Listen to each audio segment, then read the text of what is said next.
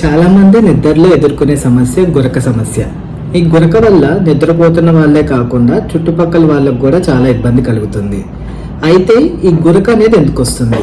సహజంగా శ్వాస తీసుకునేటప్పుడు గాలి గొంతు ద్వారా వెళ్ళినప్పుడు మనకి గురక అనే శబ్దం వస్తుంది. అయితే ఈ గురక సమస్యకి గల కారణాలు ఏంటంటే ధూమపానం, మద్యపానం చేసే వాళ్ళల్లో, ఊబకాయం అంటే అధిక బరువు ఉన్న వాళ్ళల్లో, సైనస్ ప్రాబ్లం ఉన్న వాళ్ళల్లో ముక్కు నుంచి గాలి అనేది చాలా ఫ్రీగా వెళ్ళదు. అలాంటి వాళ్ళల్లో కూడా మనం గురక సమస్యను చూస్తూ ఉంటాము. ఇంకోటి నిద్ర సరిగ్గా లేనప్పుడు, సహజంగా 7 నుంచి 9 గంటల వరకు నిద్ర అనేది మనకు అవసరం. ఆ నిద్ర లేమితనం వల్ల కూడా మనకి గురక అనే సమస్య వస్తూ ఉంటుంది. ఇంకోటి గురక సమస్య ఉన్న వాళ్ళు ఒక పక్కకి తిరిగి పడుకోవడం వల్ల ఆ గాలి అనేది వాళ్ళకి బాగా అంది వాళ్ళకి ఉపశమనం కలుగుతుంది, ప్లస్ గురక శబ్దం తగ్గుతుంది.